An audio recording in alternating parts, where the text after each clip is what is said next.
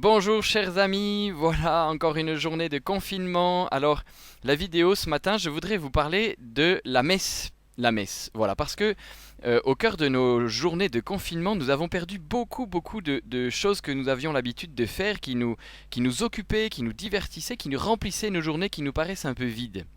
Cela me paraît être une occasion merveilleuse de se rappeler qu'il ne faut pas rater l'essentiel, voilà, et que l'essentiel dans notre vie, eh ben, c'est que Dieu nous a sauvés. C'est ça le temps de Pâques, la joie, voilà, de ce temps pascal qui nous fait chanter Alléluia. Alors, eh ben, c'est l'occasion sûrement au cœur de notre journée de remettre la messe. Au cœur de notre journée de remettre la messe. Vous êtes nombreux à nous avoir dit que vous aviez pris l'habitude du coup de suivre une messe quotidienne à la télévision. Le journal italien national La Stampa a publié il y a quelques jours en titre à la une: 15 millions d'Italiens suivent chaque matin en direct à 7 heures la messe du pape. 15 millions d'Italiens chaque matin suivent la messe du pape. Vous imaginez des rassemblements de 15 millions de personnes pour la messe quotidienne? Incroyable.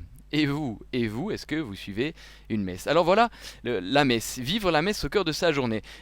On peut la suivre, il y en a plein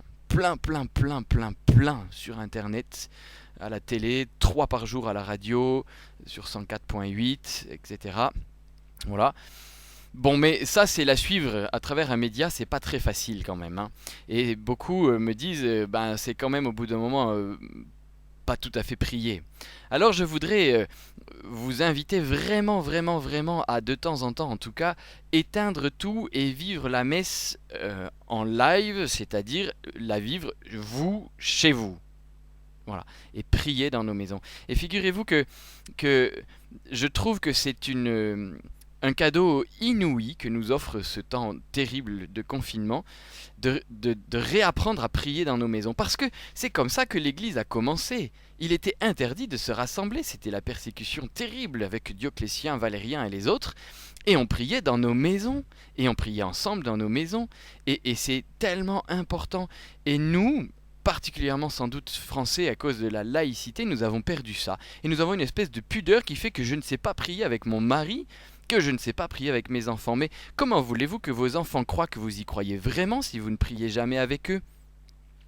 C'est cette petite prière du soir qui a donné la foi à des générations et des générations de personnes. Parce que papa et maman se mettent à genoux et font leur jolie petite prière, et ben moi toute ma vie je ferai ma petite prière et j'abandonnerai jamais Jésus parce que j'ai vu et entendu papa et maman faire leur petite prière.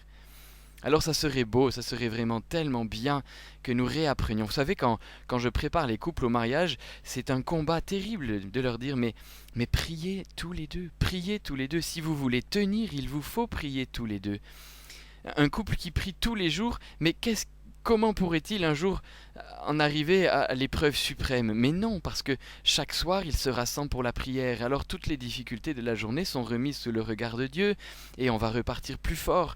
Et on sait que sous son regard, on peut avancer.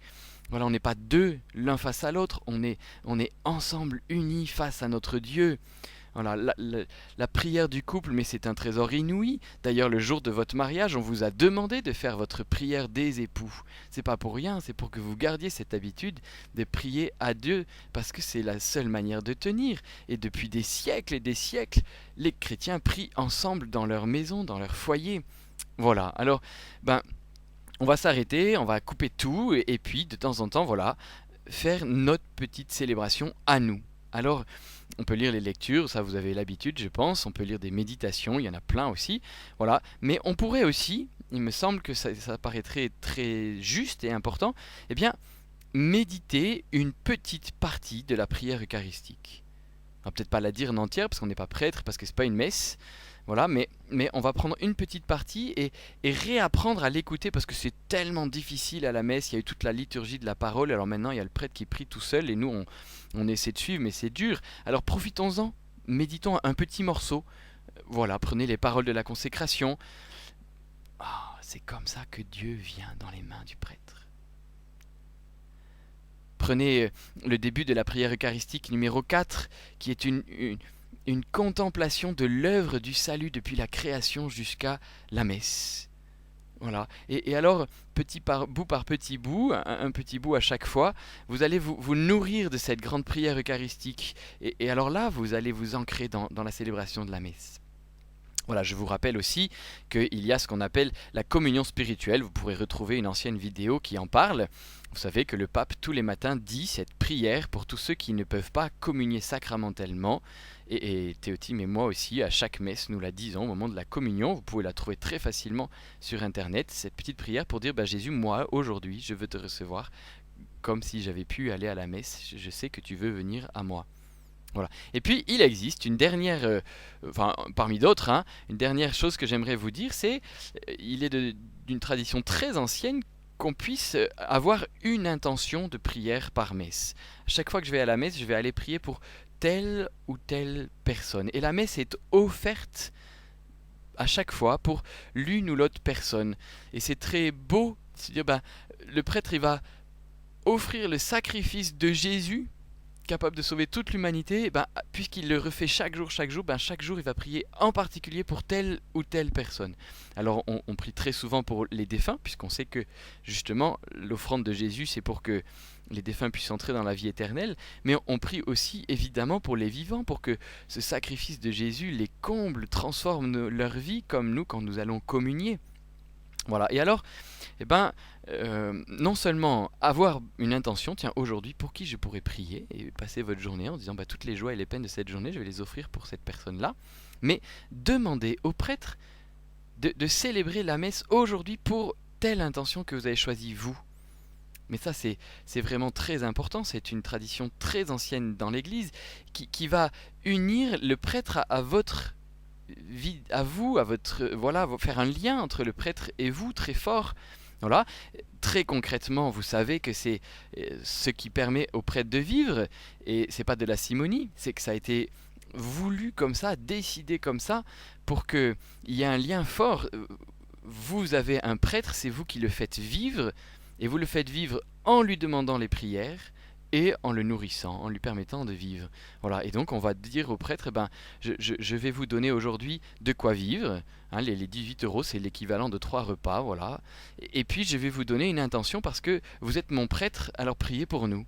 Et que le prêtre ne se retrouve pas en se disant, je ne sais pas pour qui je prie, je pourrais être dans cette paroisse ou complètement ailleurs. Vous voyez? Voilà, c'est une manière de montrer qu'on a besoin de lui. Vous voyez, c'est très simple. À Gourdon, vous avez 2 prêtres à plein temps, donc normalement, chaque mois, il doit y avoir 50 intentions, 25 pour chacun. Ça lui fera 400 euros pour vivre son mois, 400 euros, et voilà, c'est pas non plus énorme. Et puis, surtout, ça fera que chaque jour, il sait qu'il prie pour un de ses paroissiens, vivant ou mort, mais qu'il prie pour un de ses paroissiens. Voilà, et ça fait un lien, ça donne sens à sa présence ici, d'autant plus, vous voyez bien, aujourd'hui où on ne peut pas vous rassembler, c'est ça qui va nous dire, je sais pourquoi je suis à Gourdon, vous voyez.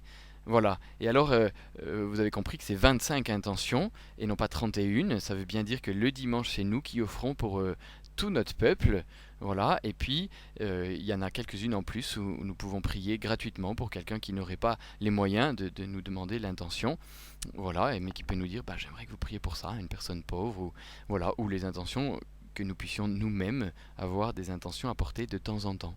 Voilà, mais voyez bien ce lien de l'intention avec la prière de l'Eucharistie, voilà, qui relie le prêtre à son peuple et qui fait du prêtre un intercesseur pour vous, pour vos familles. Alors, en avant, vivez cette messe chaque jour comme le cœur de votre vie dans ce temps de confinement. À demain.